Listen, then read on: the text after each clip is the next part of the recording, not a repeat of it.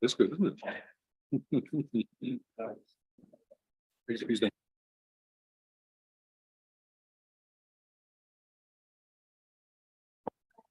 Okay, shall we kick off this meeting?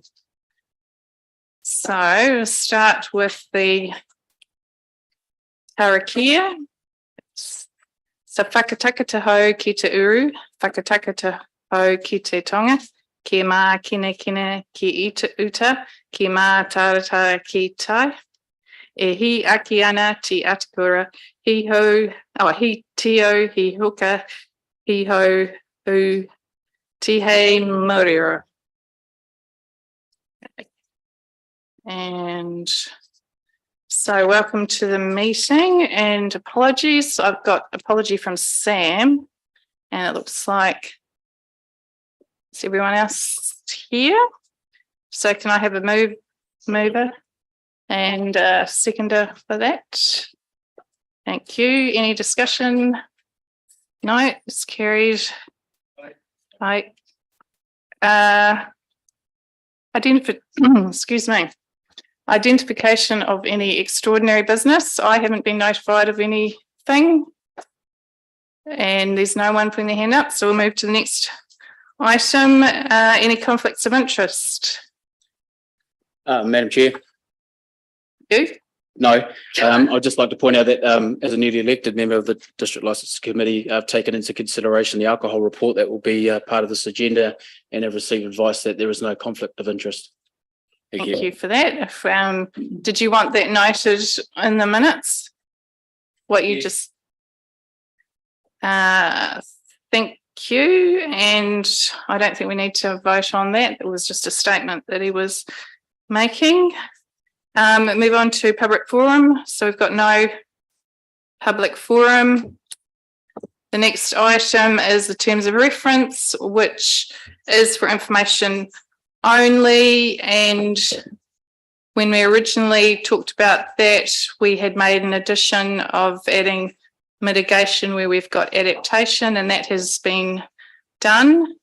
So that terms of reference is as we approved originally for this committee at the beginning of council term. Confirmation of minutes. Can I have a mover for that?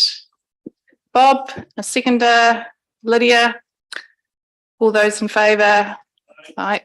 Against? Carried. Is there anyone who wants to? Oh, I should have.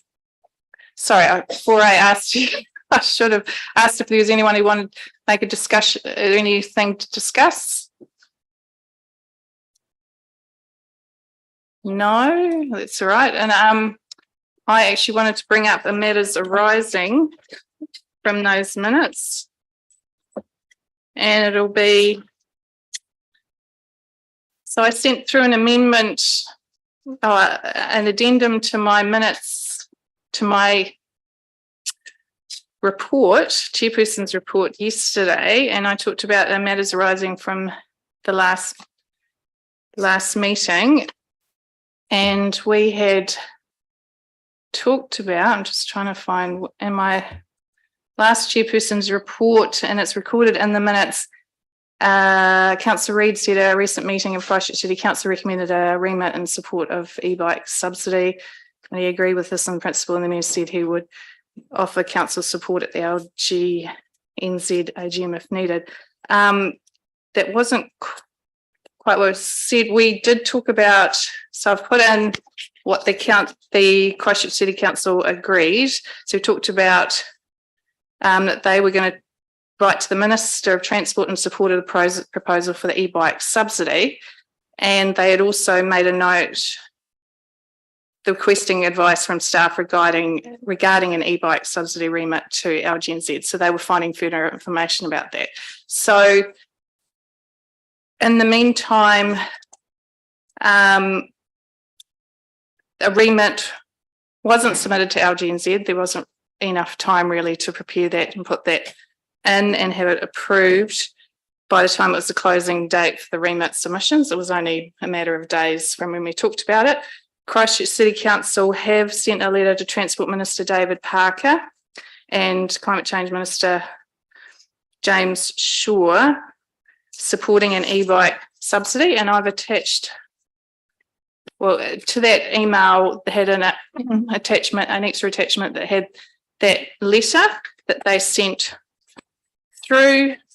I'm not sure whether you've all read it and whether you want to give any comment regarding that, the letter. Sophie, are you wanting to? Yeah, I mean, personally, I would love us to send a letter supporting or, you know, with containing much of the same information. The only thing I'd add is something about cargo bikes, which aren't mentioned here at all, and they enable even more. Yeah, is that what you're thinking? So you are saying that you want us to endorse the letter? And then also make an extra comment around cargo bikes. What is the thoughts of others in this room? I support that. You support it? You support? Anyone else has got comments? Bob, have you got a comment? No, you support it. You all support. Actually, should we take a vote? So Grant, did you want to say something? Well, inevitably, when you're asking for a subsidy, someone's got to pay. Well, exactly. So there's no clear in the letter about where that might come from. Is it from, you know, the so-called ute tax, or how will this be funded? And although it seems like a lovely idea and a feel-good factor, what is the funding model that supports it? So, what are you saying that you are thinking about forming something in a letter? Well, I mean, if you want to What send a you letter think? of support, you're asking a question without providing a solution. I mean, if that's the way you want to do it, that's fine. But sending missiles with no chance of them ever being accepted seems like a waste of paper. No, well, that makes sense. That's why I wanted to tease out what you were saying. So what we could do, since there's obviously agreement to send a letter of some sort, is actually between now and our next meeting, potentially, is draft something, circulate it, and then we can formally put that out at the next meeting or earlier through another process. What is the thoughts around that, Grant? Well, I support that, but I mean, the obvious place where you might get a subsidy from is the road user charges. Yeah. So it comes from, but that would require all vehicles to pay some sort of road user charge, either for the fuel tax, or from petrol, or from diesel road user charges, and from the EVs having a charging model, because currently they're not paying anything. So it's sort of it develops into a bigger picture rather than just a narrow focus. It does, but there are a number of levers that government has got to get money for various sources. So I can understand your point, but I don't know whether it's totally our remit to be saying where the money comes from. But Sophie, you've got a question. I just wanted to mention that in the letter that Christchurch has sent, they've referred to several other documents, and particularly the UK one. Not saying that we should do everything that the UK does or anything, but it references multiple examples of other countries that have provided a subsidy, and there's some information around how they've funded that. So there are ways that the government may already be considering how to do this. To be honest, at this stage, the support part is probably part of getting it across the line. And in terms of, so they're already reviewing road user charges, so perhaps that's something that'll come in there. In terms of the funding, even just reducing the number of vehicles on the road reduces the amount of maintenance required on the roads. So there is potentially some sort of byplay there in terms of money spent, money in. Thank you. So we're wanting to write a letter, and my thoughts are that we do, as I said before, we actually do a greater discussion around that and to prepare one to send out as opposed to just discussing what we're talking about now. So is everyone happy with that?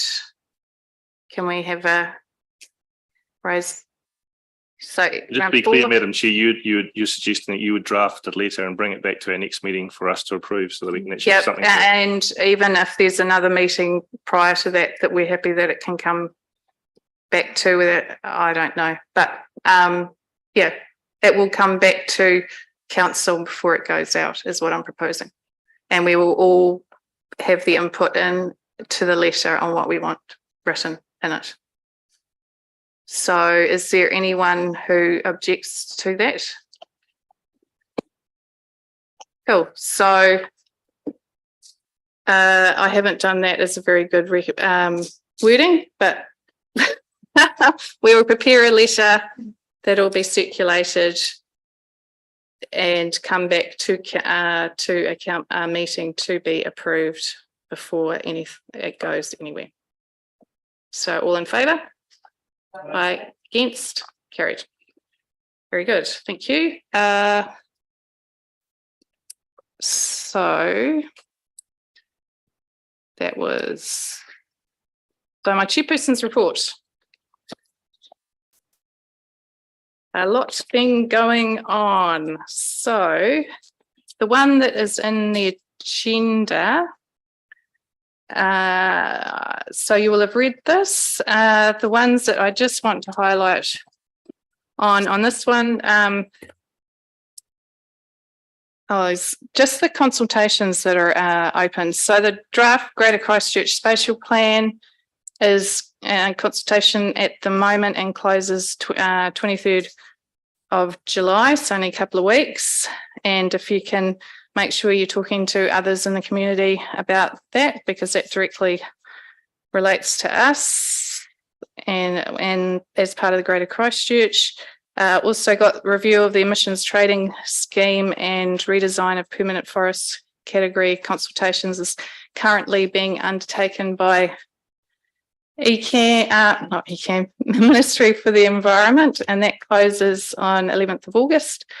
And big news was the other week is that release of the National Built Environment Act bills and Spatial Planning Act bills. So staff will come back with a report about those. It's very new that these have come out, and it's quite a major thing of the whole new planning way that planning in New Zealand is going forward.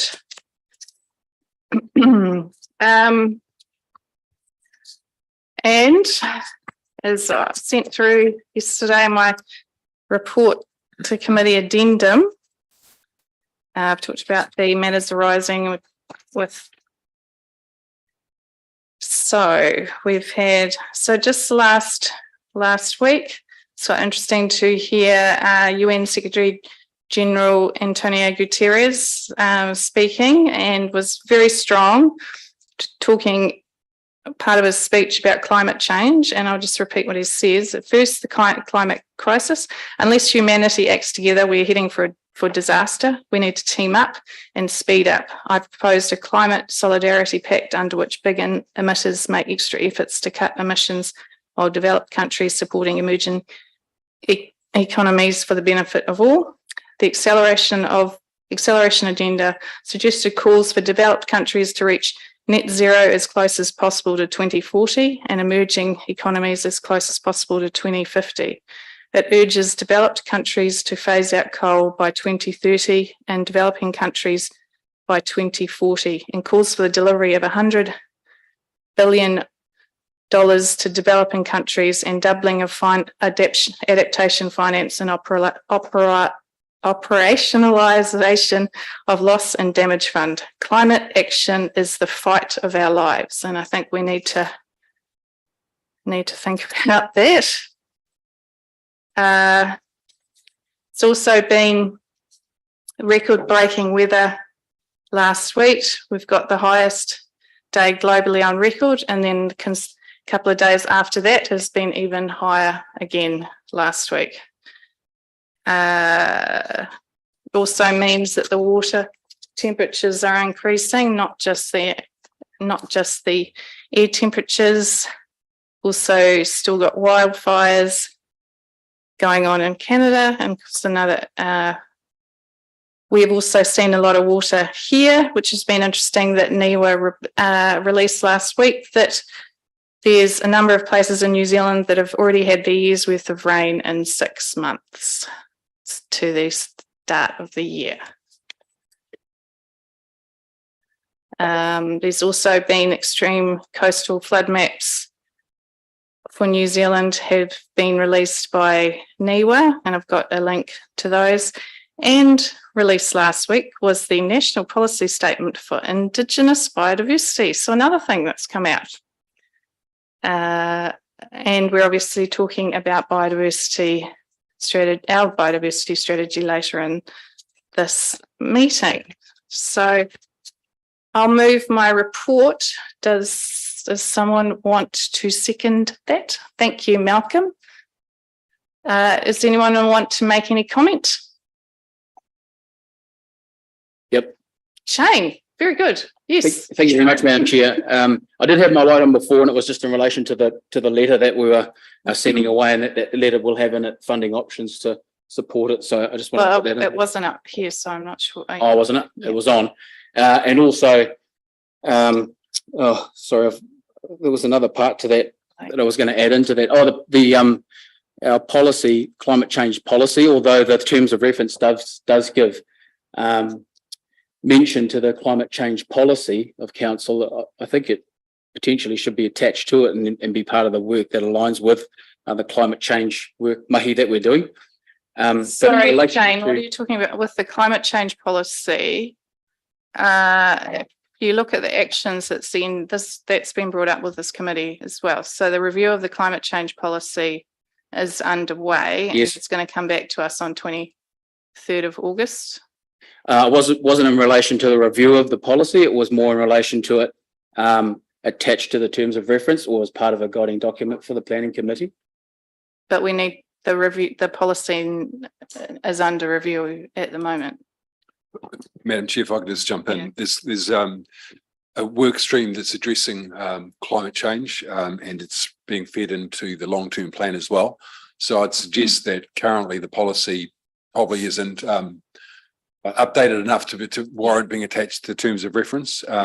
There will be a number of other relevant policies, and it does beg the question about why we would have the climate change policy and not others attached to the terms of reference. I think it is a very important policy, but that's something to think about. But certainly currently there is a work program that is underway in terms of climate change. And I do agree with the chair that it's probably the most significant issue that nationally, internationally we're facing at the moment. Thank you. Thank you, Madam. Thank you, Madam Chair. In relation to your report, I just wanted to thank you for a very in-depth report and the amount of work that you are putting in to the position, and to also bring us the information. In relation to the report item 3.1, page 26 of the GCP, the GCSP, rather, a 30% increase by 2050. Sorry, I haven't got my glasses on. Stats NZ figures show 170,000 more people. This is for the region, or 77,000 more households. Page 157 of Selwyn's LTP puts us, our growth forecast at the same point at 45,575, a net gain of 19,433 households from our current figure today at 26. The enabling group services mahi in preparation for the LTP have another report that also contrasts that.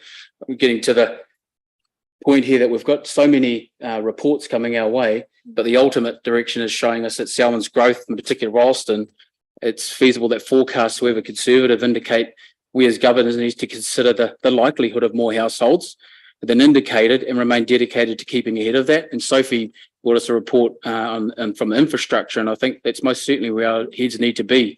It would also suggest that Pines wastewater treatment plant may reach capacity ahead of forecasts, given the district's pipeline connections, which in turn increase development. In short, all reports are telling us that consideration for expansion to ESSS decisions need to be made today ahead of whatever transition looks like in the best interest of our citizens and our grandchildren. Also, part of the report indicates the increase in ethnicity of Māori, Pacifica and Asian whānau, young people and working age.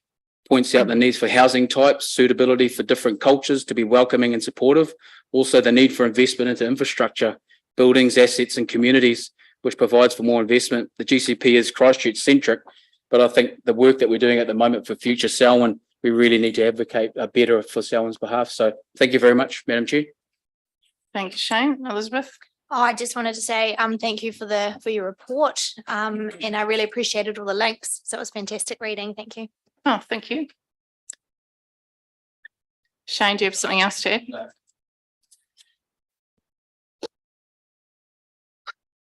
Did I move? We've moved and seconded my report, haven't we? I've got lost. So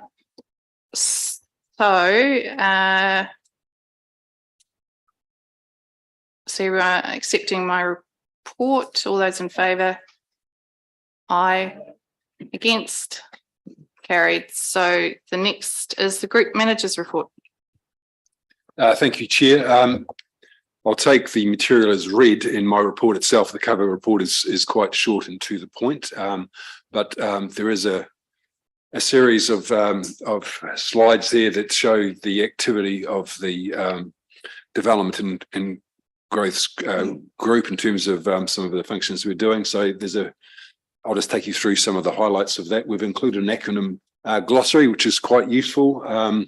The building stuff, you'll see there that there's been a slight drop off in applications, but not dramatic. Our compliance with timeframes is up to 90%, which is good. District plan hearings are finally finished. It's been a 7-year journey, so quite pleased to come towards the end of that. That line, and we are expecting a recommendation to come to August for the decisions in August, of the district plan in August. The future Selwyn strategy. Thank you very much for this morning's participation in the workshop. I thought it was really good. I was pleasantly surprised by the degree of alignment across the various tables. So that was excellent. And work will continue on that. We'll have more workshops moving through that strategic cascade that Anne mentioned. As the Chair mentioned, the National Policy Statement on Indigenous Biodiversity has been released just late last week, I think, and the staff are currently doing some analysis of that, and there'll be some information coming to this committee in the next couple of months. Spatial plan has already been mentioned in consultation at the moment. Nicole is on the decision panel, so we'll keep you up to speed with that. And then the regulatory team, they're very, very busy. There's a whole lot of stats there. So that's just a quick walk through that material. I'm happy to answer any questions.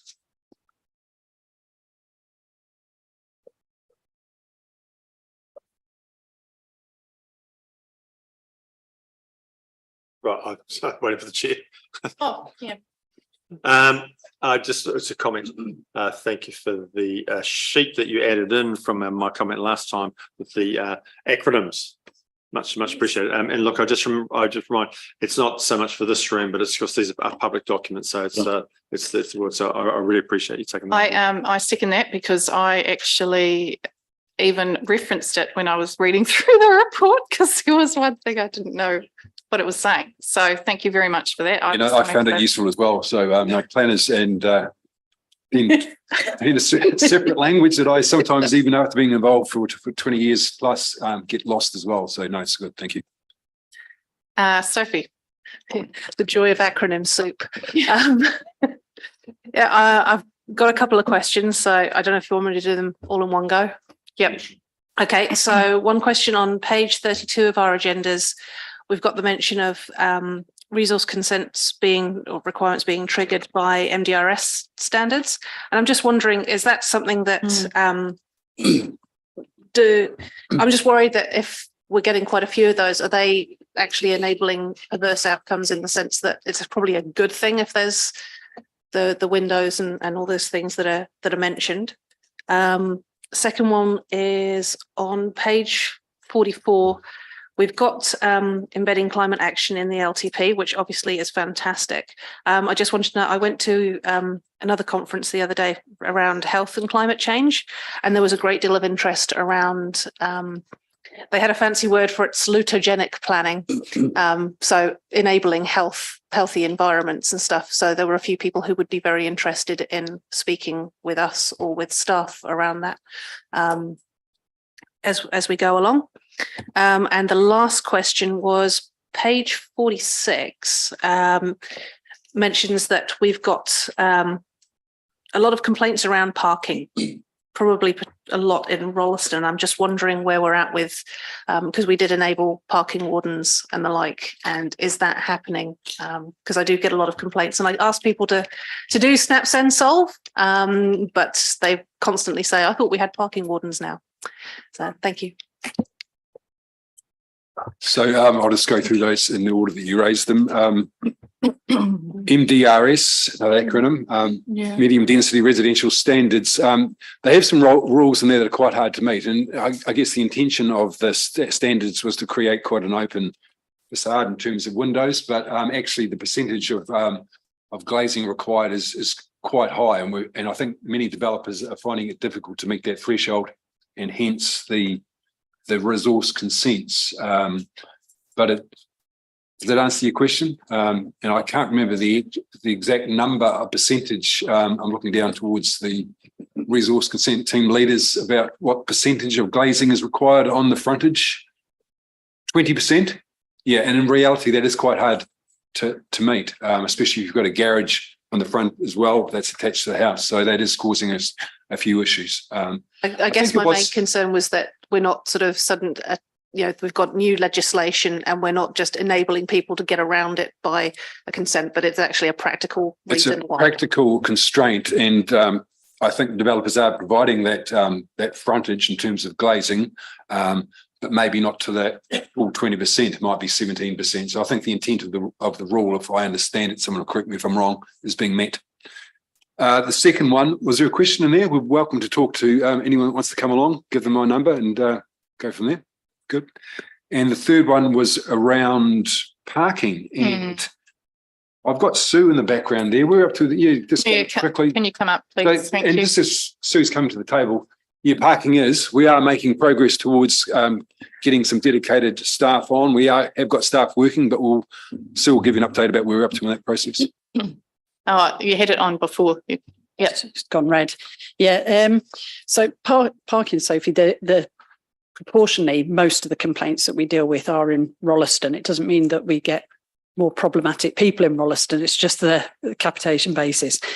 We do encourage people to use Snap Send Solve, but the preferred method really is call it in as soon as anybody comes across something. During normal working hours, we do have staff that are warranted under Land Transport Act and the road user rules. And depending on juggling commitments, they'll be out there ASAP, but I will be doing a brief for council next week on where we've come so far in this parking journey over the last 3 years. And we're proposing to bring in a dedicated parking officer for a year. So there'll be more on that next week. Fair enough. I guess the time when I get the most complaints is during sport on a Saturday. Yeah. And after hours on winter sports. So yeah, sort of victims of our own success in really popular areas. Now we do have staff the staff that are warranted only do normal working hours, but they will quite frequently change their hours to try and meet those needs. And I myself have been out on a Saturday morning pounding around Foster Park and looking for the issues. So it's still a solutions-based approach where possible, but hopefully we'll be able to drive this along. But it's a growth area. thank you. Thank you. This query with regards to around building and I guess the monthly statistics. Which pages? Sorry, we're talking page 26. And this question is around our statutory compliance to actually complete the monitoring or complete the actual complete the building consents being issued within 20 working days. And I'd just like to understand that were we under pressure and were we actually asking for help from other councils with regards to processing our consents? And a follow-up question from that leads on to what has been publicly in the news recently with regards to producer statements having to be signed off. Are we one of the councils affected? And in that scenario, if we are, was it due to farming out the building consents? That's question 2. And 3, if we are affected, what's the process from here from us to understand for our ratepayers? So I might ask Peter perhaps to come to the table, but while he's doing that, perhaps I could have a crack at answering at least the first question. When we were under pressure, and we're not so much now because numbers have dropped off, the whole country was, and we were probably one of the better placed councils in terms of resources to deal with the work volumes and the compliance issues. Vanessa and her team do collaborate across New Zealand in terms of getting support from other contractors and the like. But normally councils, and Peter will correct me if I'm wrong, come to us seeking our assistance rather than us seeking their assistance, and usually they're in a worse situation. In terms of the other issues, and I'll get Peter to add some comments. If you're talking about the engineering issue, as I understand it, there was a rogue engineer, if you like, that was issuing things he probably shouldn't have, and we have been notified that there may be some, I think, one building in Selwyn that is affected, and I'll let Peter take up that from there. Can you just give some further details on that, Peter, if you're able? Hi, Peter Newton. I'm just sitting in for Vanessa today for the building team. So in terms of the producer statements that were issued without the correct authority for the person doing it, our records show only one building affected, and we have an additional process where we have contracted structural engineers that do review of significant projects. So buildings that have a high risk associated with them would always have this secondary review by our own chartered professional engineer who's a consultant contracted. So we think the risk is very low, and the one building affected was a very low risk building, and the amount of work that the engineer was looking at was also the sort of work that wasn't beyond what one of our building inspectors would be able to assess anyway. So we have very little concern in regards to this. And the reason, was there a reason why the producer statement was actually had to be signed off by somebody in the North Island and not locally? A producer statement is issued by an engineer within guidelines of Engineering New Zealand. So they set the framework, and they have a more or less a prescribed form. So any engineer that's on their website as a chartered professional engineer can be viewed by us on an online register. I think in this instance, what was happening is that the person that was providing the document was using someone else's identity. So that's very difficult for us to identify, but it was identified and then an alert put out. So it shows Engineering New Zealand being pretty proactive in coming out to councils with that sort of stuff. Okay, thank you very much. So you finished, Tipper? So, oh, sorry, turning it off. Grant? Thanks, Peter. I was going to ask the same question. It's a great relief to see there's only one in Selwyn, so hopefully that turns out for the good for them. Good questions, Deborah. Not so exciting, but one for page 38, Yars Lagoon, for Andy, I suppose, is I noticed in the media, Littleton Port are repeatedly saying they're deconstructing their wharves and are very keen for the timber to be used in local government projects. Is that an opportunity for us to use that in the boardwalk construction at Yars Lagoon? Is that something that you've considered or would be something that we'd consider? Yeah, if the materials were available, that could be considered for sure. Absolutely. The sound of it, it's a case of picking up the phone and telling them you want some, because they're in the demolition stage of it now, and they've repeatedly said that they want community groups to use them. So Okay, thanks, Grant. Thanks for that. Heads up on that. Second question is on page 44. In the last meeting, we asked about decarbonisation of our own internal fleet, but there's some great work being done on staff travel initiatives, but that was back in March. Is that a survey yet being collated and actually given any outcome? Are we making any progress there? Keith, are you able to provide some comments just from there or wherever? Get a mic there. So yeah, there is a summary report which we could circulate to councillors for your information. That report was provided to ELT last month, and they agreed to try and progress 2 streams of work around promotion of PT to staff and promotion of carpooling opportunities to staff. So we just need to sort of test what that might look like with staff over the winter. And then there was also a desire to then come spring look at promotion of cycling and active transport opportunities. So did it tell you what portion of our staff reside outside Selwyn? Are we Selwyn heavy or are we Christchurch City heavy? I think there's a third live within, quarter live within sort of 5 kilometres of HQ. So not obviously all staff work at HQ, but that's kind of a general feel. I think a quarter to a third live in the Christchurch district.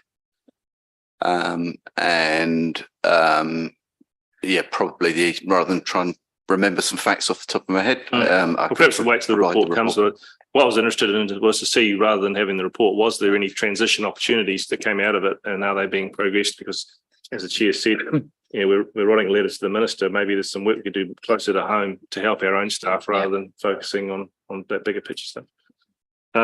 It's good you've asked about this, about the report, because I had that down as a comment to ask as well, and I totally agree with Last one,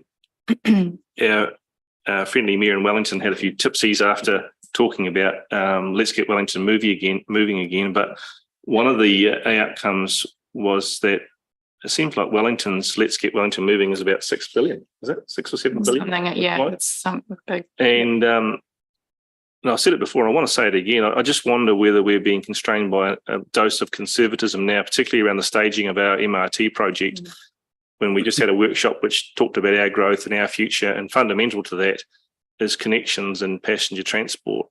And this staging approach, I really feel is going to, by 2052, I think we're still going to be sitting in the starting gates waiting for Selwyn to be adequately served by MRT. I still think we should be really advocating very strongly for the full outcome to be delivered at the start. So that's my 2 cents worth there on that one. Thank you. Thank you.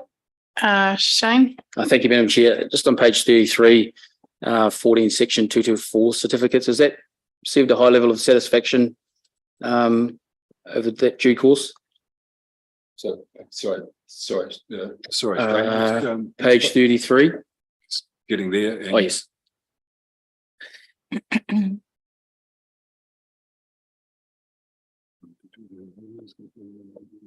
Maybe just that's just the stat in terms of the 224 certificates in relation to subdivisions. It just means those subdivisions have satisfied their various conditions. So what was the question? just a high level of satisfaction and gained efficiencies through the implementation of that section 224. Developers completing those for completion of the owners. I'm not too sure I understand the question, but I don't think people are complaining. The opposite, actually. Yeah. So that's what it looks like to me. So because it's now incumbent on the developer to provide that for the owners of the buildings, have we seen higher satisfaction from the owners of those properties and the completion of the 224s coming through? Yeah, so they're getting through the process, which can be a wee bit convoluted to say the least. So yes. it's been a good move. Thank you. And just in support of Grant, I think, we've discussed the future of Selwyn documentation. So we have a really good workshop, and I applaud the work that's gone into that. I think whilst we continue to support GCP, I think we've got a better opportunity to advocate for ourselves, and I think we need to take the opportunity to do that, being a district of opportunity. Is it an opportunity now to discuss just perhaps my thoughts on the future of Selwyn work that we've done? It's just really just one sentence, if that's okay, Madam Chair, or is it appropriate at this stage? Happy to with relation to how is it related to the agenda that we're talking? Yeah, the future of, I guess, the vision for future of Selwyn in the next 50 years, and just perhaps in relation to the page of mana whenua. Which is what page? Sorry, are you looking at? I'm not sure what page it is, but I actually found it reading through that document offensive. And I was a little bit disappointed, to be honest. And I've mentioned in this council before, and I've actually mentioned to our presenters from GCP that it continually, I'm not reflected in that report. I'm Māori, and so are a huge majority of others living in this district. So I'd like it recorded that I continue to advocate on behalf of all Māori that live within this district, and to have a report that reflects only mana whenua and non-Māori does our council a disservice. So I'll repeat that again from the last time I repeated it before. It needs to be reflective of all cultures and of our obligations as a council. I'm still not clear what you're referring to. Perhaps I think Shane is referring to the background document that was tabled as part of the workshop okay. this morning. And so, look, your point is noted, Shane, so understand. So I think that is just finished. I don't think I asked for it. Can I have a mover for that report? Phil, second, Grant, was that you? Yeah. All those in favour, say aye. Anyone against? Carried. So the next report is renewable energy generation submission, and so Keith was going to come up and present that. While he's coming up, can I have a mover for this report? Bob, seconder, Lydia, all those in, oh no, we'll wait until Keith is up here. Kia ora koutou, Keith Talantai, tōku ingoa. Just very briefly, government released some discussion documents around strengthening, consenting and enabling of renewable electricity generation and transmission. The timeframes were quite short, so we circulated a draft submission to councillors and then submitted that. So this report seeks retrospective endorsement of that submission. There will be future opportunities when the detail of any proposals come forward to then provide further submissions to government.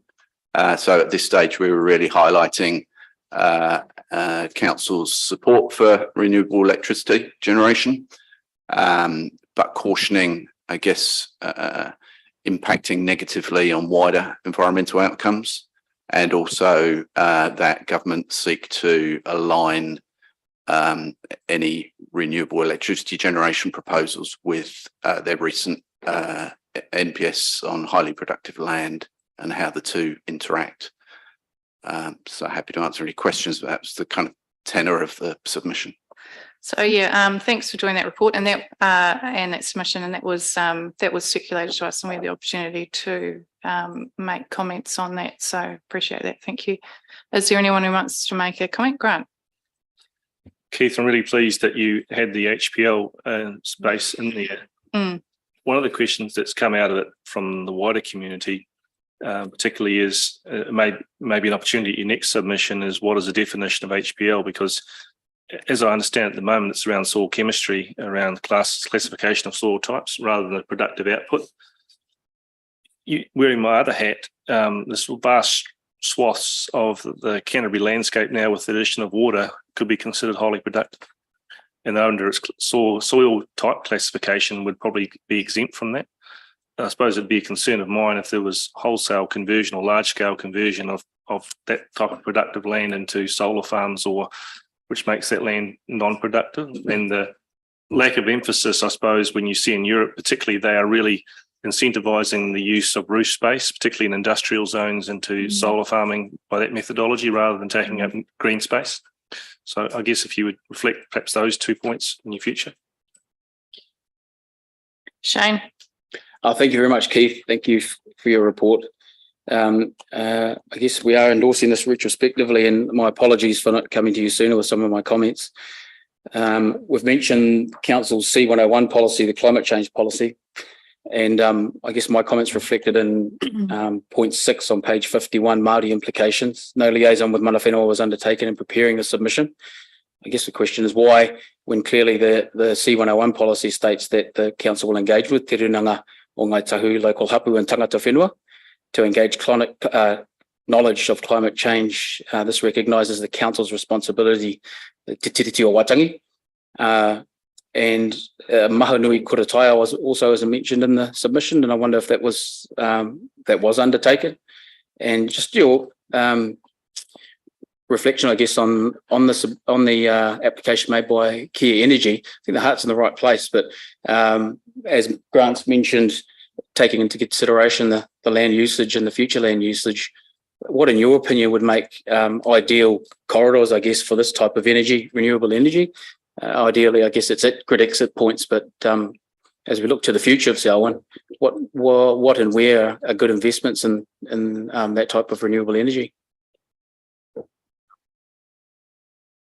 So in relation to engagement with Maori as part of production of the submission, no, it was didn't occur. In the wider engagement we're doing on the climate change work, collaboratively with councils and regional council, we are seeking to engage with Maori and mana whenua. And then in relation to where is renewable electricity best placed, I think it comes back to that key point about that there are numerous environmental as well as wider sustainability outcomes that we're trying to achieve, and we don't want one objective to cut across the other. It really is the commercial aspects and the physical spaces that exist in the district, but also across New Zealand, really require the market forces to operate successfully, which requires government to sort of try and influence those levers as best as possible. But clearly, there are massive opportunities for renewable electricity generation. It's then the commerciality of some of those opportunities. And as Grant's mentioned, existing roof space that's underutilised is a classic example of a win-win. But sometimes the commercials or the structural feasibility just needs work. It's a bit difficult for me to answer a large question right here, right now, but I guess that's some of the work that the climate change work that we're doing collaboratively will try and tease out. But it's a case by case situation based on some of the economics, really. Okay, thank you very much. And I guess back to my first point around Māori liaison, I think potentially a disservice, but most certainly given government's direction, consideration to Māori within their submission would be in the council's best interest, I would believe. Do you think so? And could we expect that in the future submissions? Thank you. Sophie. Yep. Just a quick one from me is just to say thank you for including a line about the need to also prioritise energy efficiency measures rather than just building capacity, that, you know, we could actually be reducing consumption at the same time. Just a wee thing around iwi Māori, like I get that there wasn't any engagement with them this, so that may not have necessarily been required in the sense that the iwi management plan and Te Ruranga o Ngāi Tahu's climate action plan both support renewable energy. So there's various aspects that would have already been taken into account in this. And we know that capacity wise, they'd much rather us use the information that's already provided rather than knocking on the door all the time and saying, can you check that we've got this right? But yeah, the principles are there. Kia ora. Just Just a quick one. Okay. Just a very quick one. very It's quick. it's actually a spin-off of a conversation it's been had through this debate. Two questions. A, should we actually be encouraging under our building consents to actually where there are large buildings that they be designed in such a way that they can actually have solar panels on them for our future? And the other is looking from a finance encouragement. You know, could we offer a rates rebate if somebody with a large building platform suitable to actually hold solar panels could actually get a rates rebate to encourage more renewable energy through the higher footprint issue? So I'll see if these answer these questions in terms of trying to influence outcomes for large buildings. And Peter might have a comment, but basically we process the consents and they have to comply with the code. And if they do, that's the end of our levers. So I think that would be difficult to achieve. You're nodding your head, Peter, or you've got another view? I am nodding my head. Microphone, please. Yeah.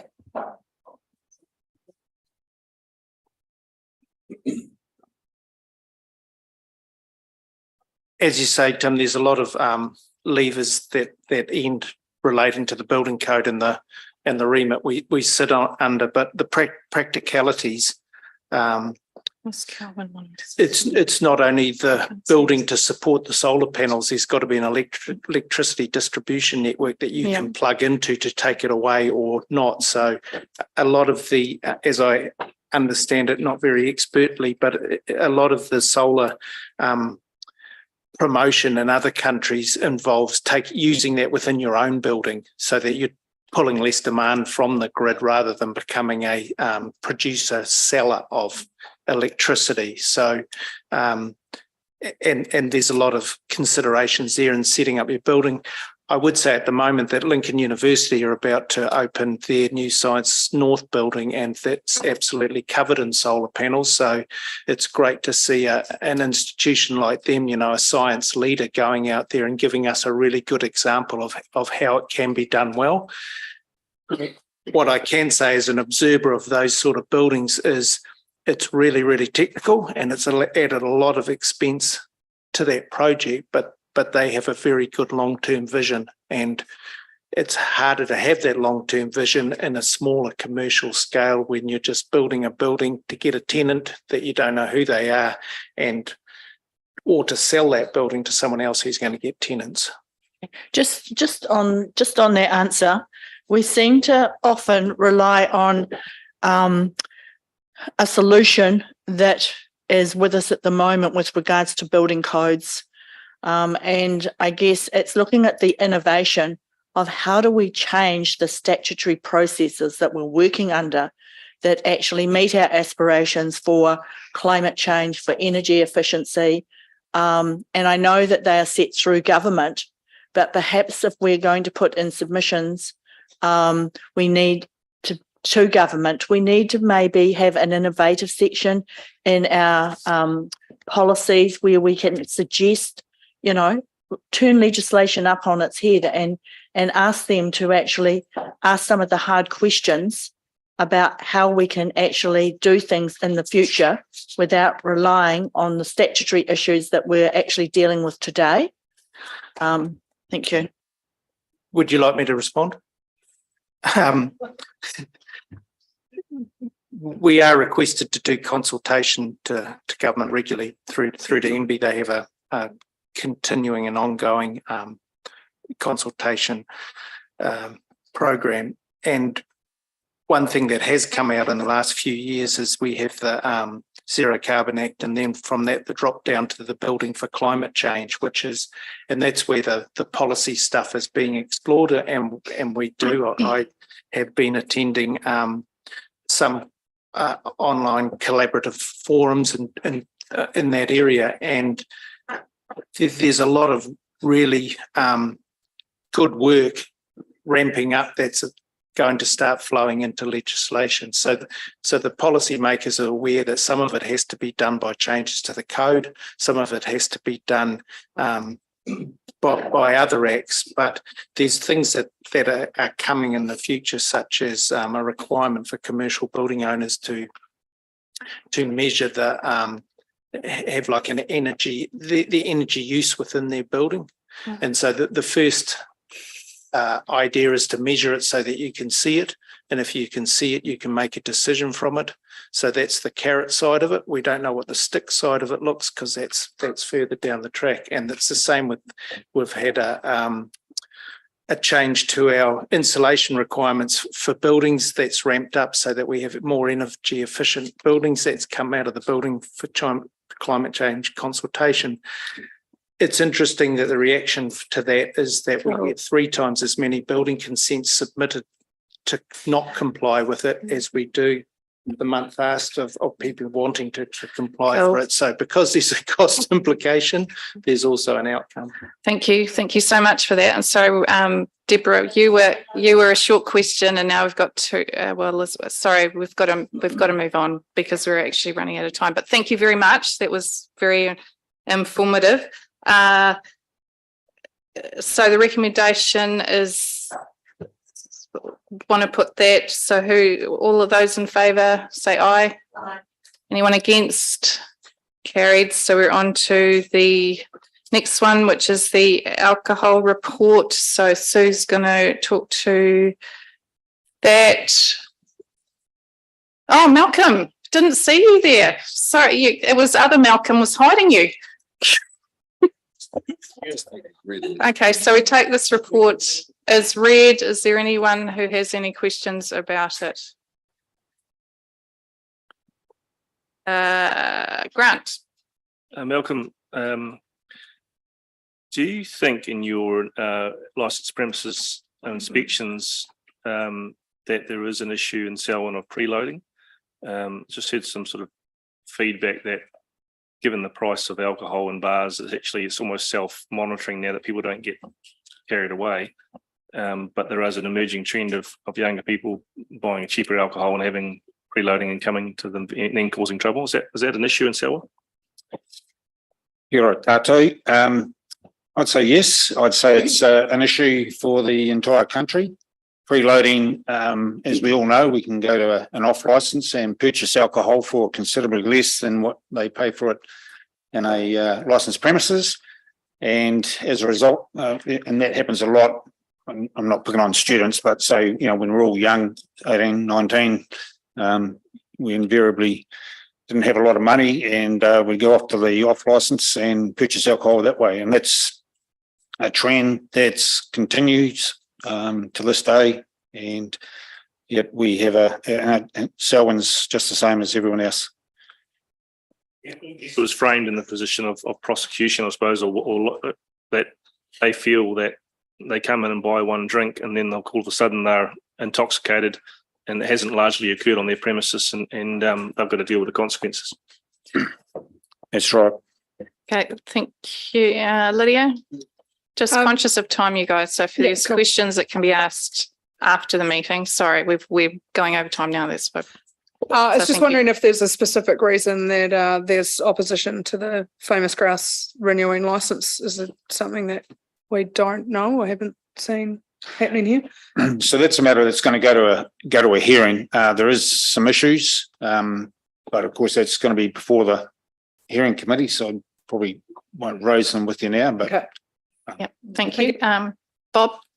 Yeah, just on the Springfield Hotel, what is actually wrong with it?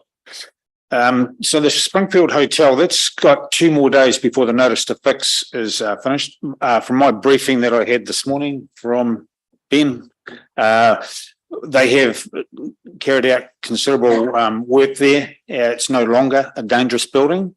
And my understanding is that they will be issued in due course with a building warrant of fitness. So, yep, it's on the up and up. Cool, thank you. Can I have a mover for this report? Malcolm, seconder. Lydia, was that your hand up? All those in favour?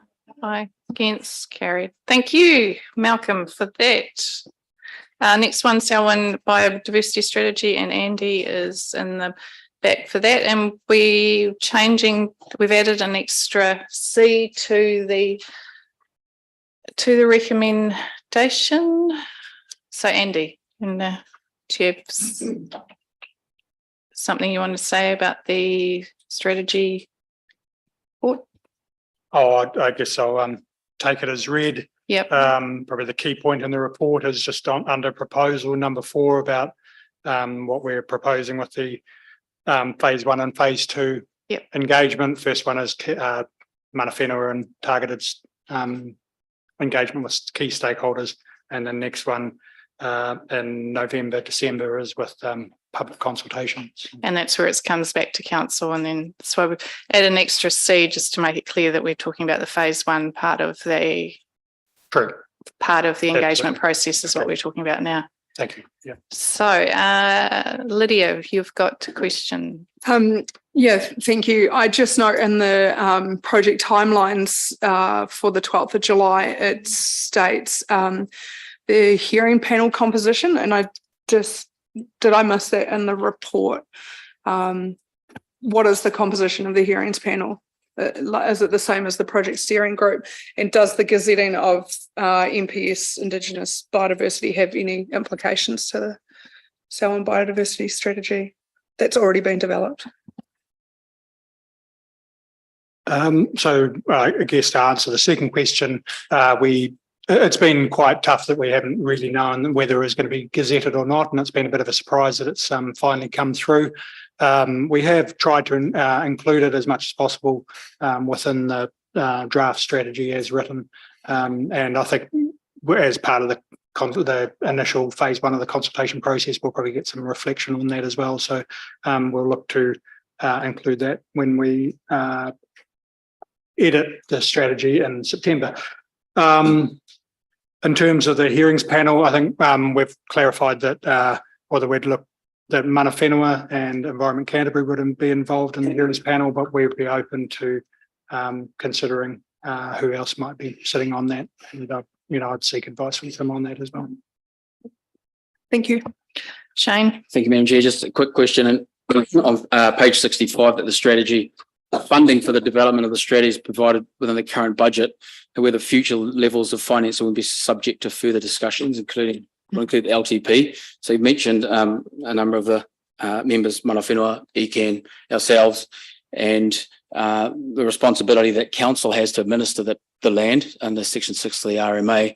However, Section 6, there is no hierarchy, so it will refer back to the principal sustainability of the land.